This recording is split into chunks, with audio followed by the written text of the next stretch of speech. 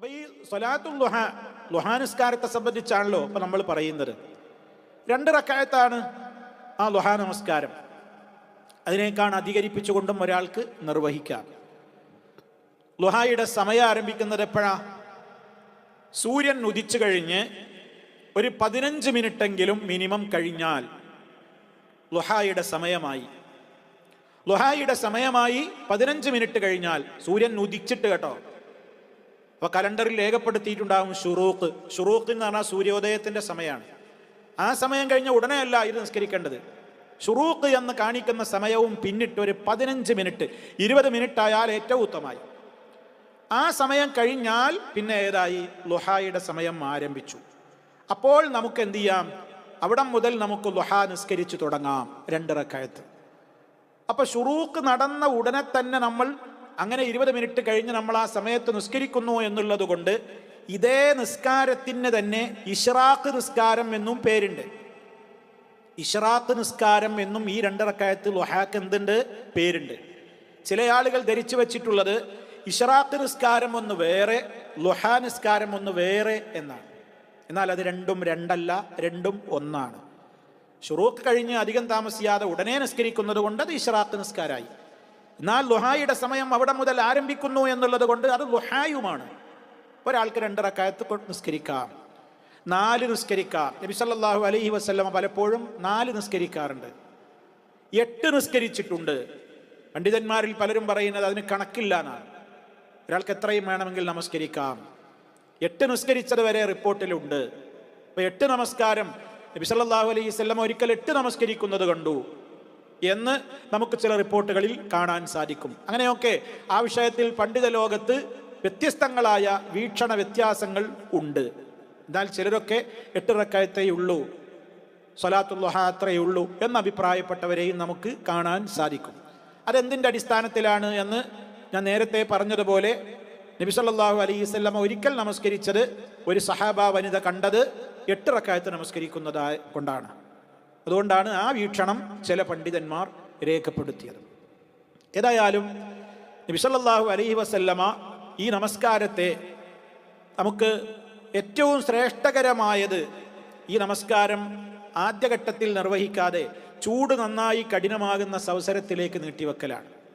നബി സല്ലല്ലാഹു അലൈഹി വസല്ലം പറഞ്ഞല്ലോ, സ്വലാത്തുൽ അവ്വാബീന ഹീന തർമുൽ ഫിസാലു. ഒരു ഹദീസിൽ നമുക്ക് ഇപ്രകാരം കാണാൻ സാധിക്കും. അവ്വാബീങ്ങളുടെ നമസ്കാരം കണ്ടോ, അവ്വാബീങ്ങളുടെ നമസ്കാരം. അപ്പൊ അതും നമ്മൾ വേറെ മനസ്സിലാക്കണം. അവ്വാബ് നിസ്കാരം എന്ന് പറഞ്ഞിട്ട് ഒരു നിസ്കാരം ഇശാ മഗ്രിബിന്റെ ഇടയിൽ 6 റക്അത്ത് ഉണ്ട് എന്നിട്ട് അതിന്റെ പ്രാധാന്യവും പ്രത്യേകതയൊക്കെ ചില ആളുകൾ പറയാറുണ്ട്. വാസ്തവത്തിൽ അവ്വാബ് നമസ്കാരം എന്നറിയപ്പെടുന്നതും ഈ ളുഹാ നമസ്കാരം തന്നെയാണ്. നബി സല്ലല്ലാഹു അലൈഹി വസല്ലം അവിടെ പറഞ്ഞു, ആ പേര് വരാൻ എന്താ കാരണം? അവ്വാബീങ്ങളുടെ നമസ്കാരം. അവ്വാബ് എന്ന് പറഞ്ഞാൽ ആരാണ്? അള്ളാഹുവിലേക്ക് ഏറെ ഖേദിച്ചു മടങ്ങുന്ന, പശ്ചാത്തപിച്ചു മടങ്ങുന്ന, അവനിലേക്ക് റബ്ബിലേക്ക് ഏറ്റവും കൂടുതൽ സൽക്കർമ്മനിരതമായ ജീവിതം നയിച്ചുകൊണ്ട് അവനോട് അടുക്കുന്ന ആ വിധത്തിലുള്ള ആളുകളുടെ നിസ്കാരം എപ്പോഴാണ്? ഹീന തർമുൽ ഫിസാൽ, ഒട്ടകക്കുട്ടികൾ ചൂടുകൊണ്ട് വിഷമിക്കുന്ന നേരത്താണ്. ഒട്ടക കുഞ്ഞുങ്ങൾക്കാണ് ഫിസാല് എന്ന് പറയുക. അവ ഏറ്റവും ഉച്ചയുടെ സമയമാകുമ്പോഴാണല്ലോ ചൂട് കഠിനാകുക. ആ സമയത്ത് ഒട്ടകക്കുട്ടികൾ ചൂടുകൊണ്ട് വിഷമിക്കുന്ന നേരമാണ്. അപ്പൊ കുറച്ചാണ് പിന്തിക്കലാണ് ളുഹാ നമസ്കാരം, പിന്തിക്കലാണ് ഏറ്റവും ഉത്തമം. അപ്പൊ നമുക്കൊരു സംശയം ഉണ്ടാവും, ഞാൻ സൂര്യൻ ഉദിച്ച് പള്ളിയിൽ സുബഹി നിസ്കാരം കഴിഞ്ഞിട്ട് അങ്ങനെ തന്നെ ഞാൻ ഇരിക്കുകയാണ്, അപ്പൊ പിന്നെ ആ 2 റക്അത്ത് നിസ്കരിക്കണ്ടേ? അതിന് ഉംറയുടെയും ഹജ്ജിൻ്റെയും ഒക്കെ പ്രതിഫലം വാഗ്ദത്തം ചെയ്യപ്പെട്ടിട്ടുള്ള പുണ്യകരമായൊരു കാര്യമല്ലേ? അപ്പൊ പിന്നെ എന്ത് ചെയ്യണം? അതിരിക്കുന്ന ആളത് നിസ്കരിക്കണം. അവിടെ ആൾ 2 റക്അത്ത് ളുഹാ നിസ്കരിച്ചു. ആ നിസ്കാരം കഴിഞ്ഞാലും പിന്നെയും ഇദ്ദേഹത്തിന് എന്ത് ചെയ്യാം? പിന്നെയും ഉണ്ടല്ലോ, വീണ്ടും അദ്ദേഹത്തിന് 2 തവണയായി 2 അവസരങ്ങളിലായി ളുഹായുടെ ഉദ്ദേശത്തോടു കൂടി പല അവസരങ്ങളിൽ നമുക്ക് ഈ സമയത്തിൻ്റെ ഇടക്ക് നിർവഹിക്കുന്നതിന് തെറ്റൊന്നുമില്ല. അങ്ങനെ നിർവഹിച്ചാലും നമുക്ക് പുണ്യം കിട്ടും. അപ്പം അതുകൊണ്ട് ആ സമയത്തേക്കും നമ്മൾ ആ സമയത്ത് നിസ്കരിക്കൽ ഏറ്റവും കൂടുതൽ പ്രാധാന്യമുള്ള ഒരു സമയമായി നബി സല്ലല്ലാഹു അലൈഹി വസല്ലമ നമുക്ക് പഠിപ്പിച്ചിരുന്നിരിക്കുകയാണ്.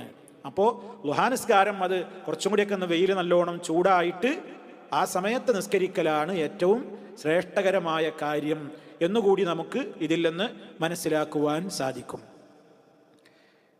ഇനി നമുക്ക് ഹദീസിലേക്ക് അടുത്ത ഭാഗം, ആ ഭാഗത്ത് നമ്മൾ പറഞ്ഞു നബി സല്ലല്ലാഹു അലൈഹി വസല്ലമ.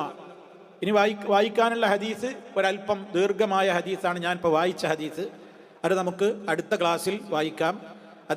അതിൻ്റെ ശേഷമുള്ളൊരു ഹദീസ് ഇപ്പോൾ വായിക്കുകയാണ്. അതായത് വഅൻ ആയിഷത റളിയല്ലാഹു അൻഹാ ഖാലത്ത് കാന റസൂലുള്ളാഹി സ്വല്ലല്ലാഹു അലൈഹി വസല്ലം യുസല്ലി ളുഹാ അർബഅൻ വയസീദു മാഷാ അല്ലാഹ്. റവാഹു മുസ്ലിം.